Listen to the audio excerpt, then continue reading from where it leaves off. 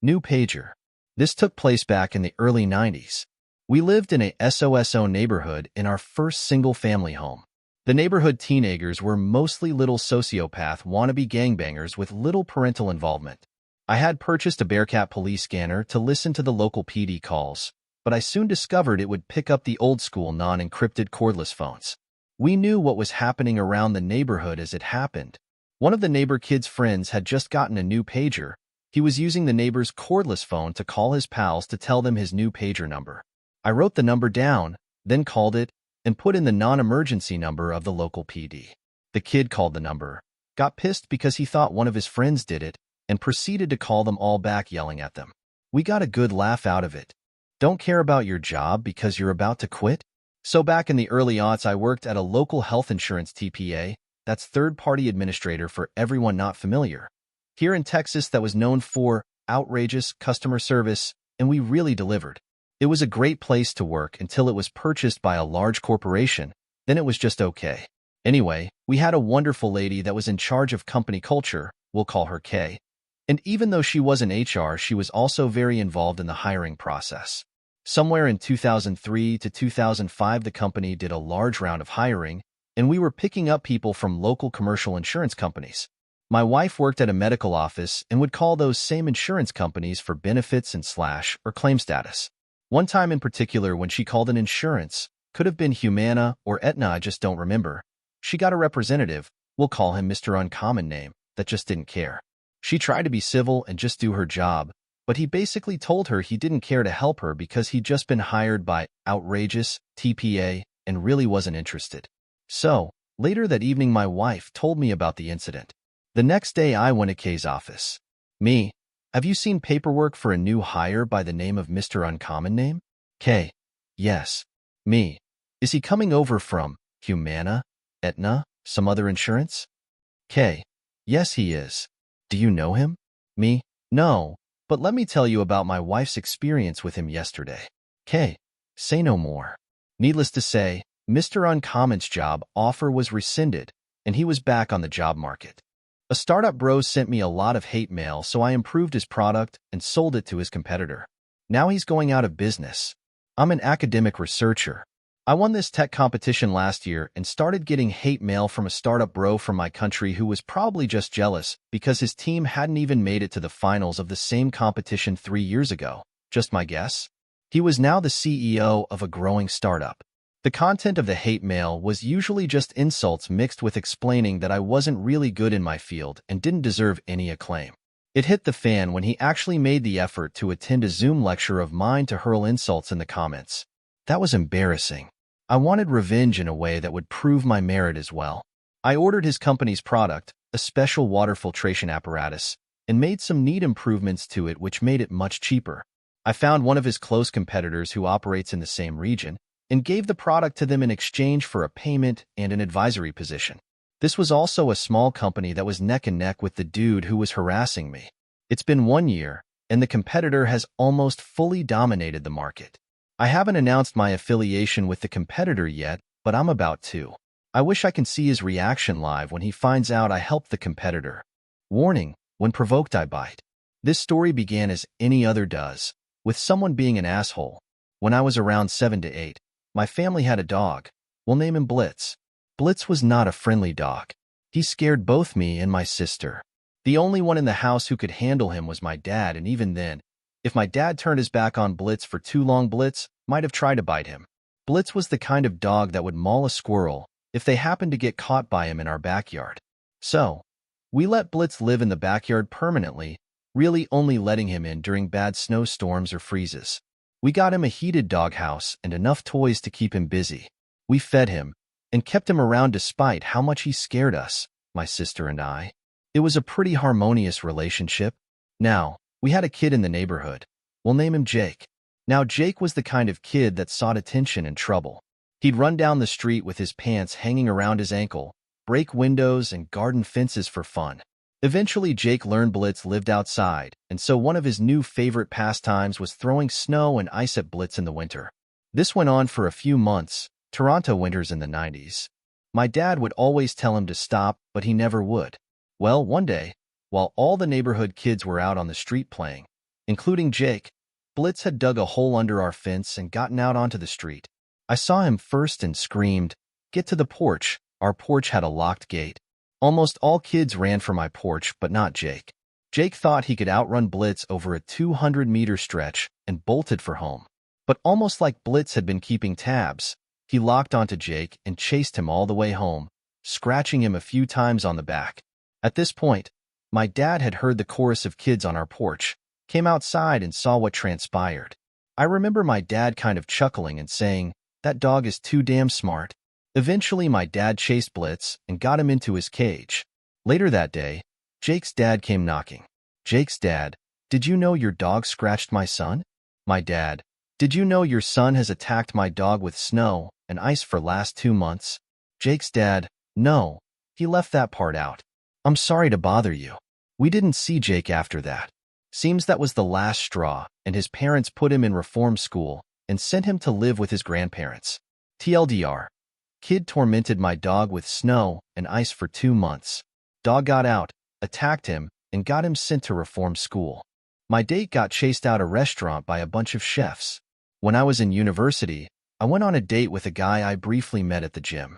Between meeting him at the gym and going on our first date, we didn't talk much as I'm not a texter, so I didn't know much about him prior. We went to my favorite Turkish restaurant, and outside of the gym, he wasn't what I expected. He dressed very flamboyantly in a colorful Gucci head-to-toe track suit, which isn't my preference, but I wasn't going to write a guy off just because of his outfit. He stunk of weed and had clearly been smoking prior, which is another thing that I'm not fond of. For religious reasons, I don't smoke or drink, so it's a huge turnoff. He was very obnoxious through the whole date, and a lot more aggressive than he was at the gym. He asked me questions like, "What's your body count?"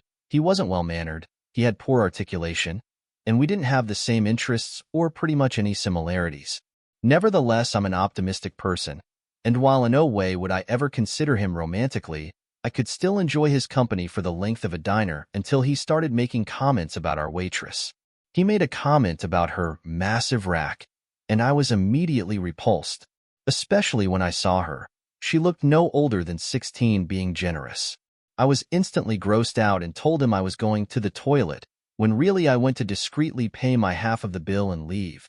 When I paid, the other waitress could tell it was a date gone wrong, and while I was paying, she asked if everything was okay because I looked visually uncomfortable. They had been eyeing our table because he was very clearly invading my personal space by sitting on my side of the booth, and they could see me coil away from him from time to time. I kept having to move his hand off my leg over and over, so it must have given them a bad vibe. I said I was fine, but he made an inappropriate comment about the younger waitress. She instantly started pressing me about what he said, and I was reluctant, so I kept it vague and just told her it was a rude comment about the girl's chest. Anyway, I went to the toilet to wait in there for my Uber so I could make my grand escape before I heard a bunch of yelling. 6 Turkish chefs were pushing him out of the restaurant, yelling at him. Apparently, one of the chefs was the young waitress's uncle, and she was only 14. A customer abused our support staff, so I let her know that she wasn't as anonymous as she thought she was. Several years ago, I worked the late shift as an online customer support agent for a women's clothing company. The other CSAs and I were constantly mistreated by crappy customers, and our managers did absolutely nothing to support us. The company valued its customers so much that the rules for dealing with them were disgustingly lax. For example, this one guy would call in obviously masturbating, but we weren't allowed to hang up on him because he never actually said he was. We had a 3-strike policy where a customer could say pretty much anything they wanted to 3 times before they were disconnected and banned.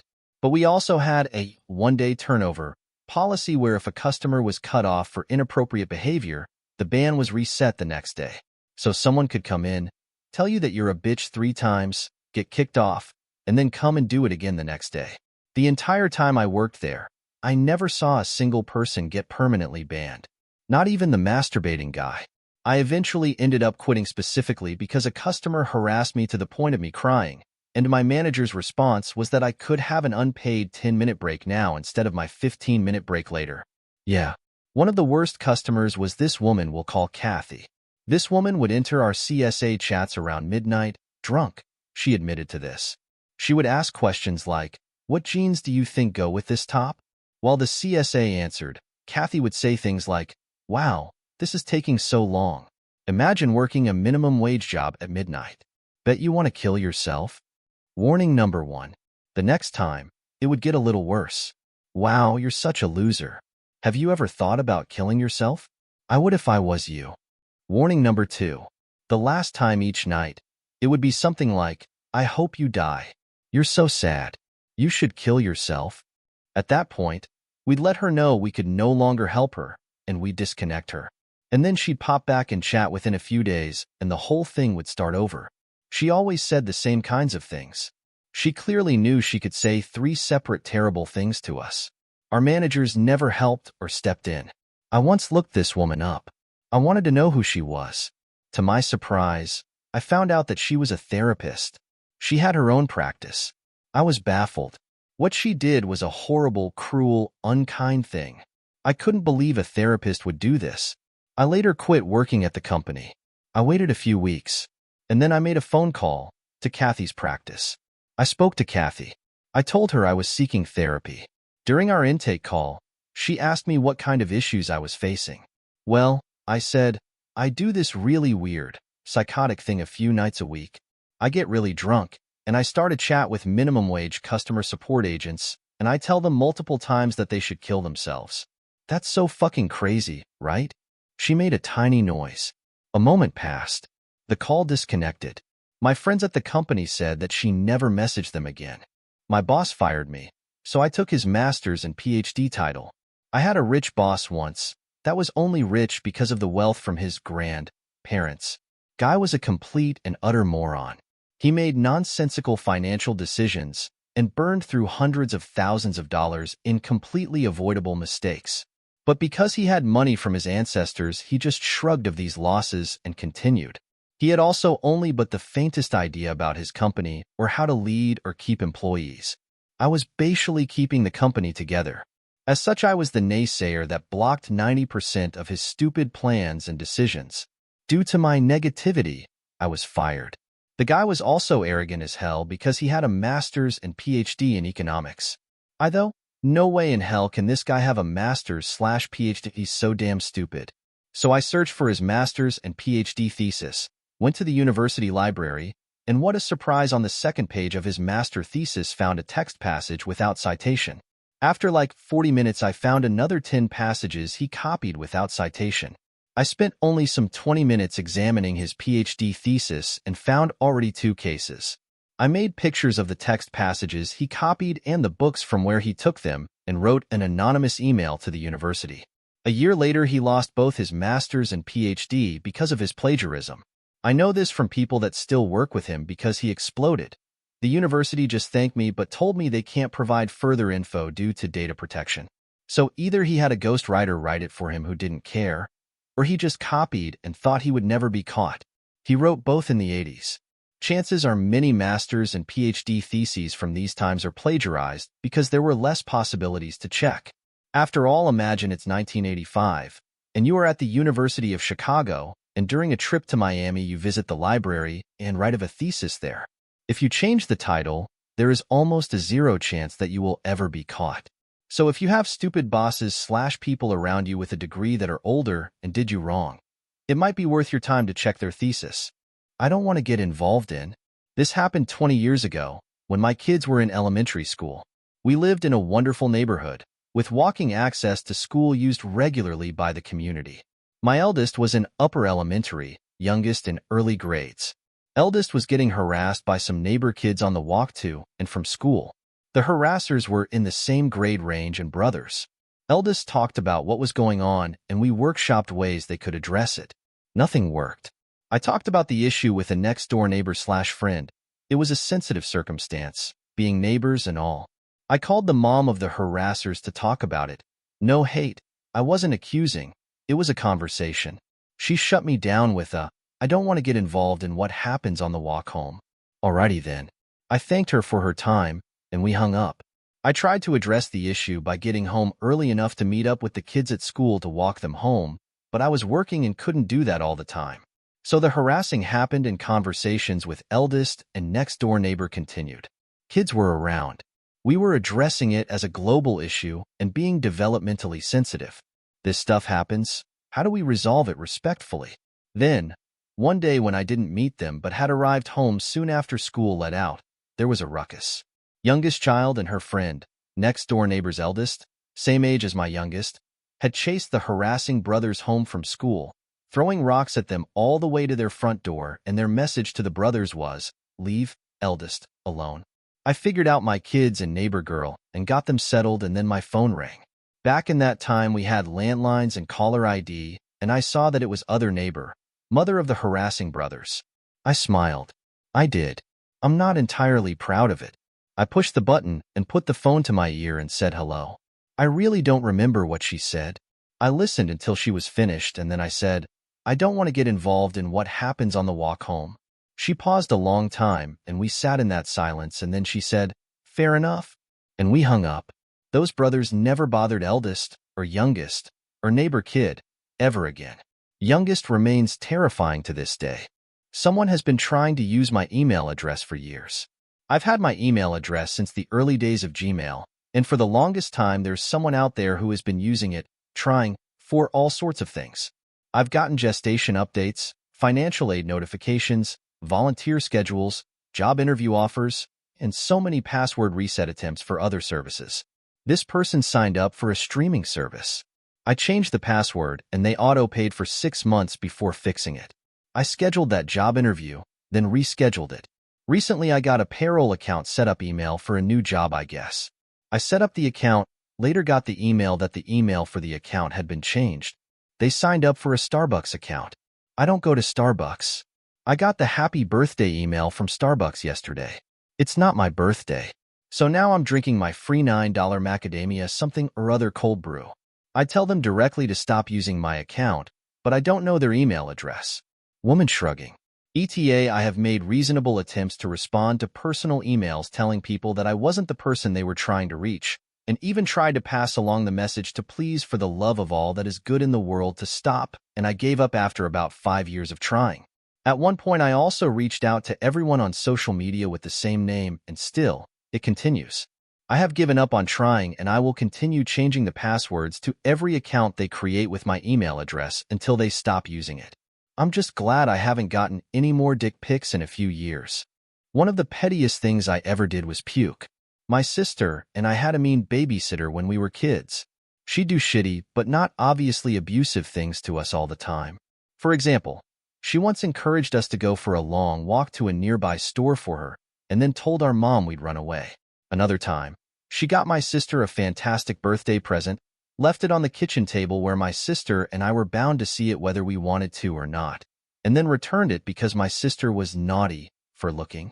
One time, she took us out to eat at Cracker Barrel with a group of her friends, telling us we could each get one meal and one dessert. I ordered a meal, ate about 1/3 of it, and asked for dessert. My sister was only able to get down about 1/4 of her meal when accounting for the fact that she wanted to leave room for dessert. Patty, the babysitter, smirked and said she guessed we wouldn't be able to have dessert since we hadn't finished our dinners like good girls. My sister looked miserable, but I had a secret weapon Patty didn't know about. I've always been able to vomit on command.